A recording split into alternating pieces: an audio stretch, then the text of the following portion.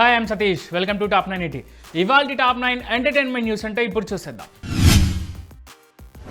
రిలీజ్కి ముందర మనశంకర వరప్రసాద్ గారు సినిమాకే ఊపు తెచ్చిన హుక్ స్టెప్ సాంగ్ ఇప్పుడు యూట్యూబ్లో రిలీజ్ అయింది.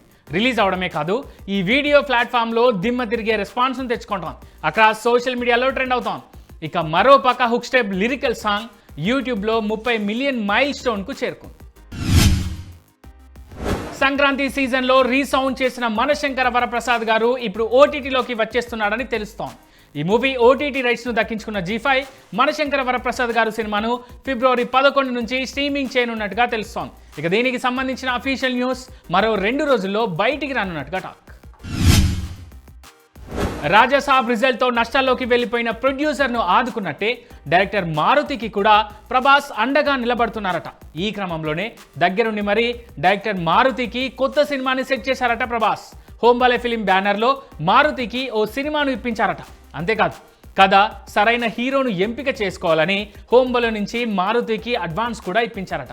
స్క్రిప్ట్ రెడీ అయితే మారుతి అనుకున్న హీరోతో మాట్లాడేందుకు కూడా తాను సాయం చేస్తానని ప్రభాస్ ప్రామిస్ చేయడంతో మారుతి ఇప్పుడు స్క్రిప్ట్ చెక్కే పనిలో ఉన్నట్టు ఇన్సైడ్ టాక్.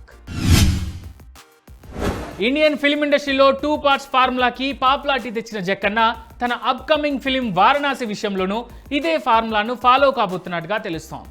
అది కూడా తను అనుకోకుండా ఇచ్చిన హింట్తో బయటికి వచ్చింది. ఎలా అంటే, టైటిల్ రిలీజ్ ఈవెంట్ సందర్భంగా జక్కన్న రిలీజ్ చేసిన పోస్టర్లో globe trotter and time trotter అనే 2 హ్యాష్ ట్యాగ్స్ పోస్టర్ పై కనిపించాయి. కానీ తాజాగా రిలీజ్ డేట్ గురించి అప్డేట్ ఇస్తూ జక్కన్న రిలీజ్ చేసిన పోస్టర్లో మాత్రం కేవలం గ్లోబ్ ట్రాటర్ అని మాత్రమే ఉంది.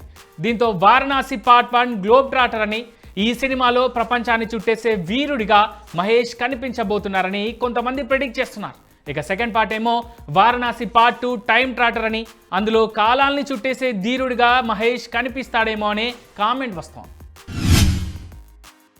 ఎన్టీఆర్ హీరోగా ప్రశాంత్ నీల్ దర్శకత్వంలో తెరకెక్కుతున్న సినిమా షూటింగ్ శరవేగంగా జరుగుతోంది. త్వరలో ఎన్టీఆర్ టొవినో థామస్ మధ్య యాక్షన్ సీన్ చిత్రీకరించబోతున్నారు మేకర్స్. ఈ సీన్ కోసం టొవినో థామస్ యాక్షన్ ప్రాక్టీస్ చేస్తున్న వీడియో సోషల్ మీడియాలో ఇప్పుడు వైరల్గా మారింది.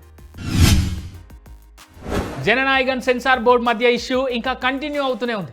రీసెంట్గా కోర్టు తీర్పుతో జననాయగన్ సినిమా మరోసారి సెన్సార్కి వెళ్లే అవకాశం కనిపిస్తోంది. దీంతో సెన్సార్ సూచించిన అభ్యంతరాలను తొలగిస్తేనే విడుదల సాధ్యమయ్యే పరిస్థితి. ఈ క్రమంలోనే ఈ ఇష్యూపై హీరో విజయ్ షాకింగ్ కామెంట్స్ చేశాడు. ఇక నుంచి తాను సినిమాలు చేయనని నిర్ణయం తీసుకున్నానని, కానీ జననాయగన్ సినిమా విషయంలో తన నిర్మాతలను చూస్తుంటే మాత్రం బాధగా ఉందంటూ చెప్పుకొచ్చాడు. దీంతో జననాయగన్ ప్రొడ్యూసర్స్ ఆదుకునేందుకు విజయ్ మరో సినిమా చేస్తారనే టాక్ కోలీవుడ్లో వినిపిస్తోంది. ఇక మరికొందరేమో సెన్సార్ బోర్డుకు వ్యతిరేకంగా దళపతి పోరుబాట పట్టనున్నారని చెబుతున్నారు. విజయ్ కామెంట్స్ను పలు కోణాల్లో విశ్లేషిస్తూ రకరకాలుగా పోస్టులు పెడుతున్నారు. రజనీకాంత్, కమల్ హాసన్ మల్టీ స్టారర్కు సంబంధించిన వార్తలు మరోసారి తెర మీదకు వచ్చాయి. కూలీ సినిమా తర్వాత ఈ ప్రాజెక్ట్ పట్టాలెక్కుతుందని భావించినా దర్శకుడు సెట్ కాకపోవడంతో వాయిదా పడింది. ఇప్పుడు నెల్సన్ దర్శకత్వంలో మల్టీ స్టారర్ను ప్లాన్ చేస్తారన్న టాక్ వినిపిస్తోంది. వెంకటేష్ హీరోగా త్రివిక్రమ్ డైరెక్షన్లో తెరకెక్కుతున్న సినిమా ఆదర్శ కుటుంబం హౌస్ నెంబర్ 47. ఫ్యామిలీ డ్రామాగా తెరకెక్కుతున్న ఈ మూవీ షూటింగ్ శరవేగంగా జరుగుతోంది. ప్రస్తుతం హైదరాబాద్ మెట్రోలో కీలక సన్నివేశాలు చిత్రీకరిస్తున్నారు మేకర్స్. ఈ సినిమాలో శ్రీనిధి శెట్టి హీరోయిన్గా నటిస్తున్నారు. బిగ్ బాస్ అమర్దీప్, శైలి చౌదరి జంటగా ఎంఎం నాయుడు దర్శకత్వంలో వస్తున్న సుమతి శతకం ట్రైలర్ విడుదలైంది.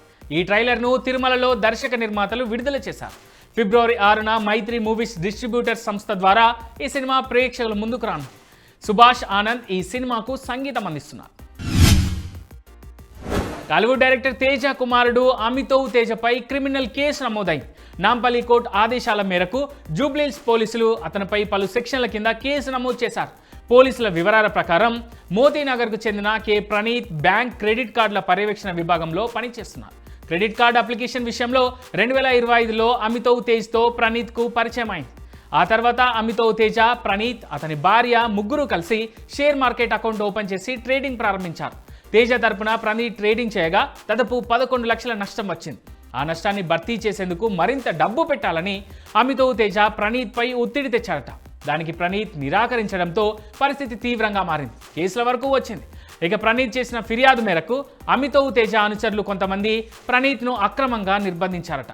ఖాళీ పేపర్లు చెక్లపై బలవంతంగా సంతకాలు కూడా చేయించుకున్నారట. గతంలోనే ఈ విషయంపై పోలీసులకు ఫిర్యాదు చేయగా వారి నుంచి స్పందన లేకపోవడంతో నాంపల్లి కోర్టు జోక్యం చేసుకుంది. ఇక ఈ విషయాన్ని పరిశీలించిన కోర్టు కేసు నమోదు చేయాలని ఆదేశాలు జారీ చేసింది.